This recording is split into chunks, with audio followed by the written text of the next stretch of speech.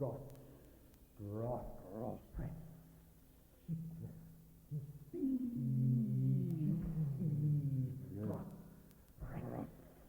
Con,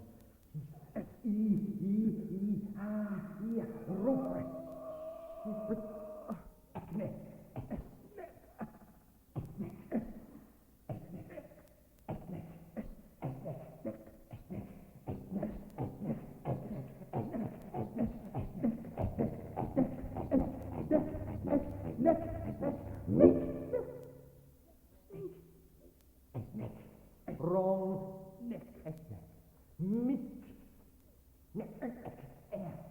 mistake,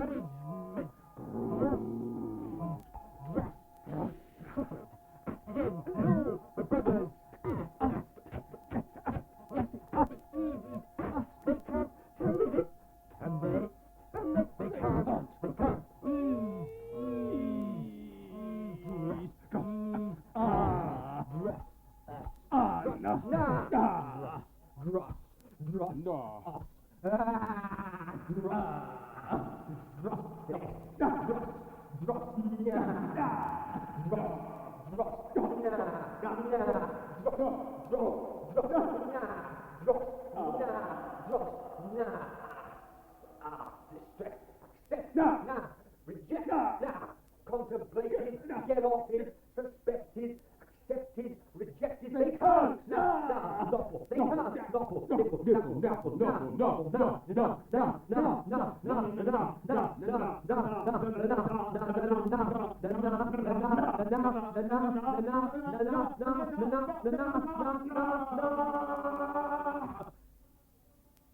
Richness. His richness changes. He becomes less accomplished. He analyzes. He fails to confront the reader's notion. His hands milling fray out like overloaded copper wire, blown, blackened, weakened. The strain shown in a kind of willed aggressiveness, a stylistic overkill, a metrical gimmick crackling with unfocused violence. It's a matter of manner. He would argue between both. That his depression is now the focus of everything, that everything else is irrelevant. He has abandoned control. What does he do? Make statements. Statements. Structures. No insight. Structures. The sound of profundity. Statements. Accomplishments. Techniques which seem considerable. Structures which exemplify dexterity. Skills which dazzle. But nothing happens. His effects are all highly wrought. Tense, double-sided. His presence tense is always tense is haunted by its past. He has concluded on the final impossibility of this whole shambles. Some mornings he stays where he is, eyes shut, great poems whirling like windmills through his head. There is little evidence of any development. These verses lack directness, no simplicity. There is a cruelty that ought not be there. They attract. They repel. They baffle. They intrigue. He doesn't eat. Curls.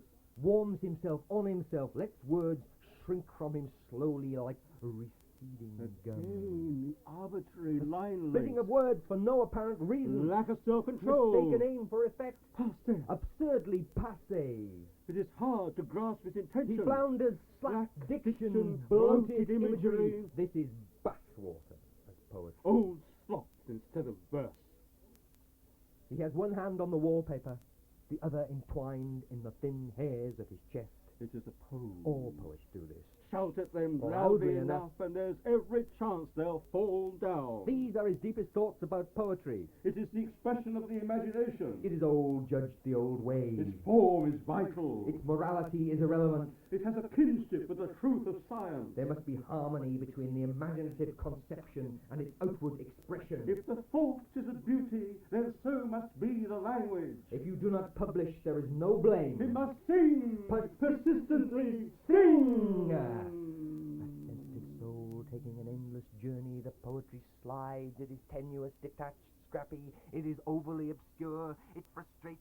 It bores. It is a mass. It is doodles. It is gimmick. This man has no right. He flounders. What effrontery! What does this inept scribbler think he is? What right has he to foist his boring friends and his stale language on us? Can you hear that? Can you hear that? Honest? Can you hear that? Can you hear that? Can you hear Can you hear that? Can you hear that? Can you hear that?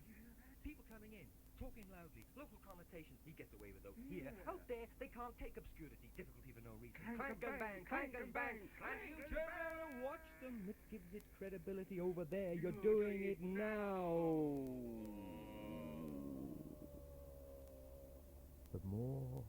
The more persistently he shapes his material, then the better he will become. This is his problem, they tell him. Getting better. They tell him he listens, he doesn't need to get better. People only say he should.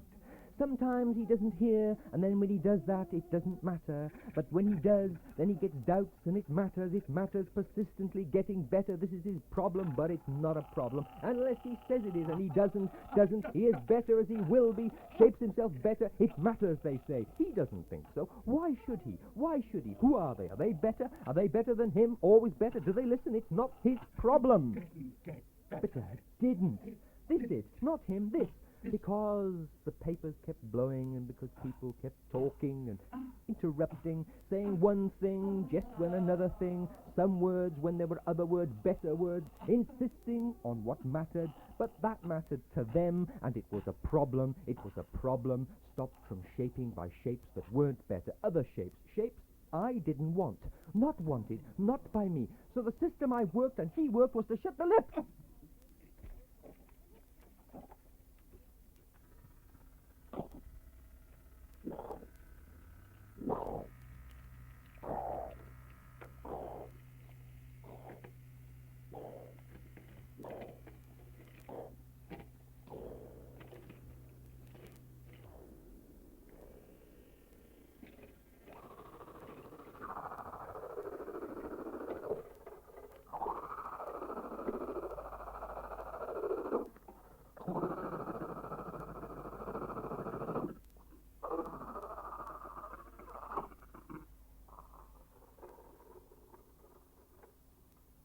Work. You get better when you work. Keep working so that if you stop, you feel uncomfortable. A poet should establish his credentials securely. No slacking, no slopping down in the shade of the wall. I have reservations it isn't brave. It's not successful. Its influences are intrusive. It is heaped. It is not genuine. It is limited. It is exposed. It is not useful. It is no process at all. The response to staring is empty anxiety. A straining to say something when really there is nothing to say at all. You could all leave. Or I could leave. Or sit down. Or stop. Or I could tell you that just because out there Beep, beep, there's beep, road noise beep, of the beep, night, beep, then I ought to beep, pull beep. all this into this, into that, into this. Why? Why? Will it make it better? Where Will do it you stop? It's making a map life-size, sheets of cloth-backed paper as big as this room. All this snow, it says. All this snow.